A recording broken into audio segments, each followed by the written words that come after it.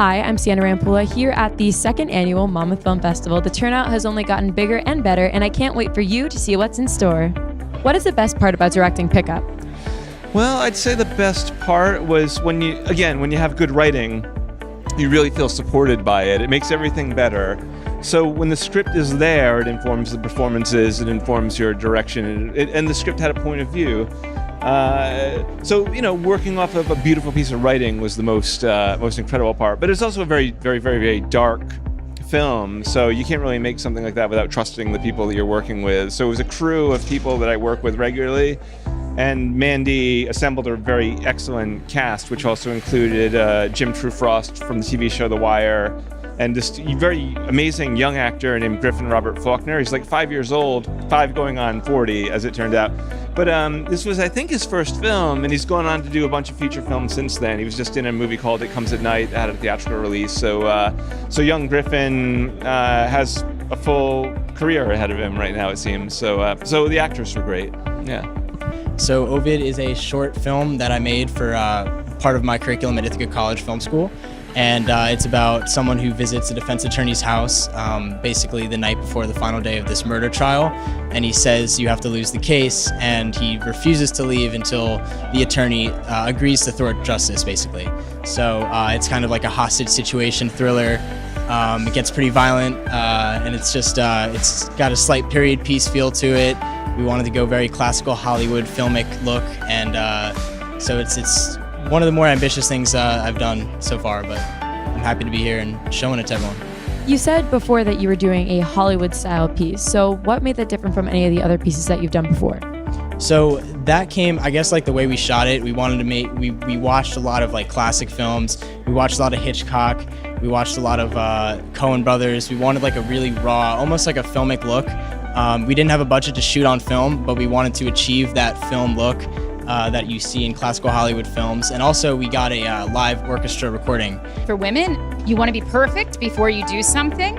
I think that is a common thing a lot of people say about women. I think it's true of myself that I wanted to make the best film, not a mediocre film. So I think sometimes just make that first step and be okay with not being perfect, and be okay with asking even if somebody might say no, and not let that stop you. Can you tell us a little bit about your film? Yeah, it's about a time when all your memories are put on 16mm film. They're all located in the library. The archivist who runs the facility, his memories get stolen by this bandit. And we follow his journey to find the bandit and why he stole his memories. My film is an experimental short film shot in black and white digital, and it's been filmed around around this kind of area, and it's like sort of like in the style of like David Lynch, like French New Waves, kind of like Jean-Luc Godard, Francois Truffaut kind of film, and it's just like, and it's a film that you have to determine the meaning of and stuff. So like, what was the inspiration, the reasoning behind it? Like, what led you to make? Well, it started off as a music video for one of my classes in high school and stuff, and I was gonna do it to this Brian Eno song called Signals, and I conjured up like the opening images from that, and then I was like, well, I could make this like into a real short film, and I expanded it further, I filmed more, and it took me 2 days to do it, but I had all the filming done, and I edited it together and just put it out there. What is the key event that really furthered your career? I think just deciding to get into it was the thing that started. It's a commitment. You have to be comfortable with the idea that you're going to make a film, that you're going to go tell people you're a filmmaker. That's a big leap for a lot of artists. But beyond that, I think, was meeting someone who really wanted to finance the first film and get a feature film rolling. That's a huge step. Well, our pilot is about Hollywood. It's about a producer who's a loyal, good-hearted person in a cruel, unforgiving world of Hollywood. Yes. And so, despite his flaw, he bees himself, and he makes connections with other people, and he's able to put out a hit movie as a young producer after leaving his old boss. My film is based on true event, and it's about a story about the Chinese family. They are from countryside, and they're trying to look for a job in a big city. And then a father and a son, they found a job in Christmas decoration factory. But the son, he wants to become a singer, so it's kind of like stuck in between. You said this film was based on true events. What was the inspiration behind it exactly? So I saw a picture from a photojournalist, and he saw this kind of like Christmas decoration factory in China, and then he took some pictures and he posted on Facebook, and then I saw it's very interesting, so I contacted the photojournalist, and then I got information from him, and then kind of like developing the stories and everything. Chris and I were in film school together, and we really wanted to make a film that had a lot of tone and atmosphere that was darker than a lot of the things that we were seeing at the time. And we were reading a lot about true crimes, and it kind of based it off an amalgam of a bunch of true crimes that happened. I think we just hope that people enjoy enjoy the mystery of it, the guessing of it, the question.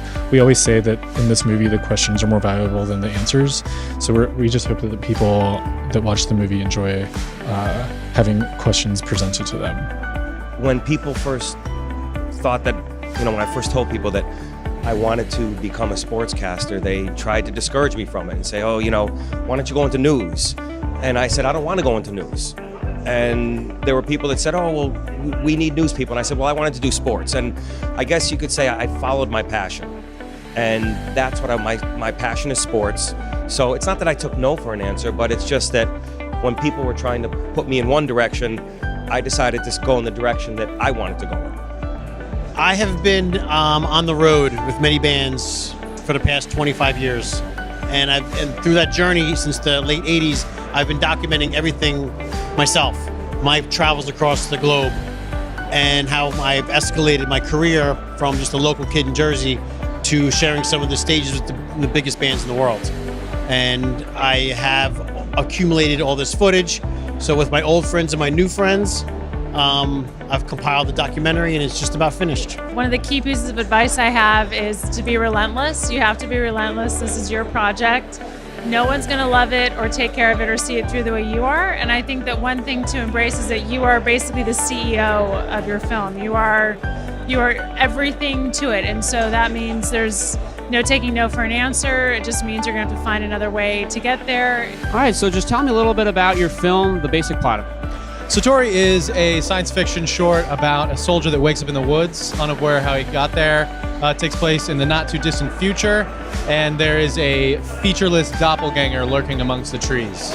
Cool. So what was the inspiration behind this film? How did you come up with the story? I've always been a fan of Philip K. Dick, his short stories, his novels, obviously the media that's come from his work. So sort of in that spirit of just kind of creating a world and the imagination of science fiction, I think, is just kind of, it's fun to imagine new worlds. So this is a fictionalized account of an actual murder that occurred in the 1960s in Passaic County, New Jersey. And it was a double murder that was a very sensational murder at the time. It was like one of the longest murder trials in the state of New Jersey. And it's also a story about the journalist that was covering the murder, and his son, who 40 years later stumbles upon this unsolved murder case. Do you have any key advice for aspiring filmmakers? Get ready. It's going to be a fight. Just learn how to work with people and just believe in yourself, because you're going to be the source behind most things. You're going to have to really learn a lot and be willing to go on a long journey, a roller coaster. Tell us a little bit about your film. It's a crime drama between two grocery stores. When a grocery manager has a falling out with his business partner, he uses his stock boy to commit a bizarre revenge plot. It's wild. It was shot overnights over a period of 8 days in the cold in the middle of the winter, and it was a blast to shoot. It was difficult, and we co-wrote it, and at NYU we won Best Screenwriting for it, and we're really, really happy to be here at Monmouth Film Festivals to show it to everybody. After working in local television in Boston for 2 or 3 years, I had a dream of working for a network in network television. And I didn't know how to do it. I had no contacts there. So I basically did a little bit of research and found out who the executive producer was of Good Morning America. That was the show that I set my eyes on. And I just decided to send him a letter and my resume. And I never heard back. So it wasn't really an outright no, but I never heard back. So what did I do? I did the same thing 6 months later, and I never heard back. So in effect, that was a second no. because I think hearing nothing is almost like hearing a no. But I didn't take that as a final no. And then on my third try, another 6 months later, about a year and a half into sending my first resume, I got a call. So even when you don't think that anybody hears you and you don't hear anything back, follow it up again. There is no crime in persistence. How did it feel to hear your film winning? Amazing. It felt amazing. I'm very excited. I mean, this means that people voted for me and, you know, people actually enjoyed the film, and I mean, that's all you can really ask for. Oh, it was so awesome. Specifically for the New Jersey Best Jersey Film Award. That was such an honor because, you know, our film is set in Wildwood, New Jersey, and really a tribute to the area. So we were really happy to get that award. How do you describe your experience here at the Monmouth Film Festival?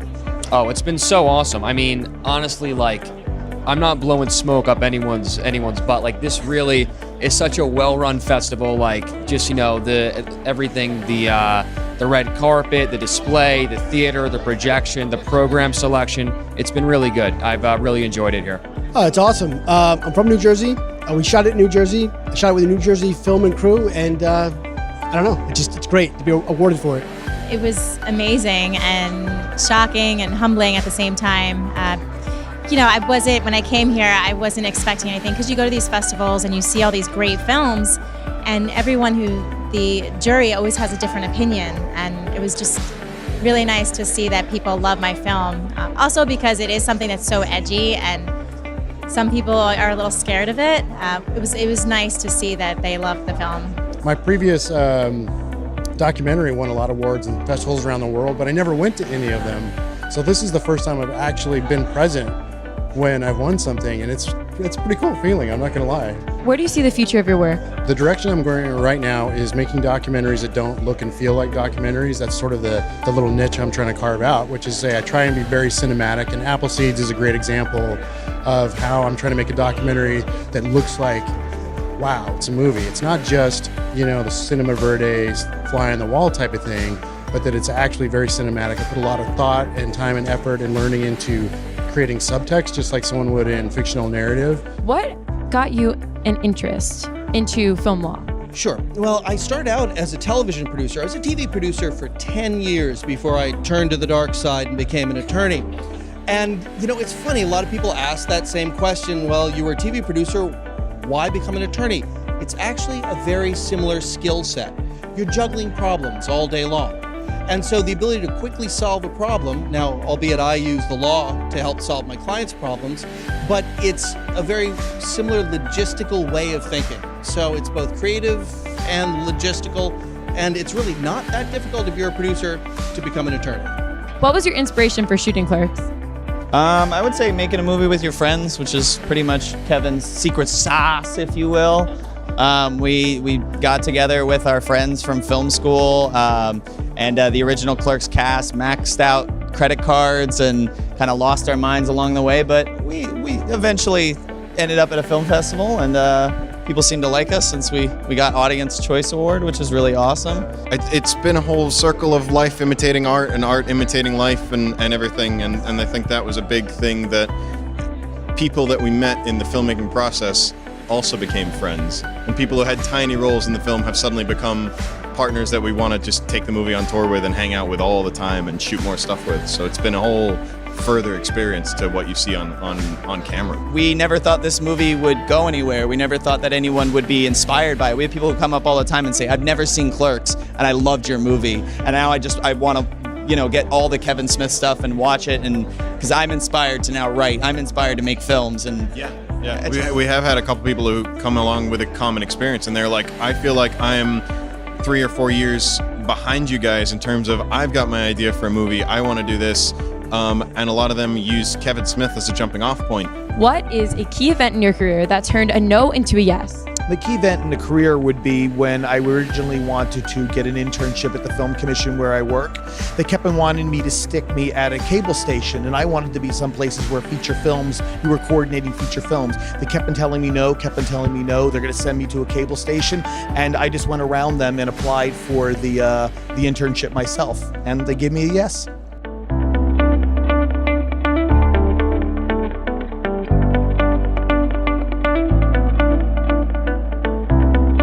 Thank you so much for watching. Be sure to follow all of our social media to keep up with the Monmouth Film Festival. Until next year, I'm Sienna Rampula.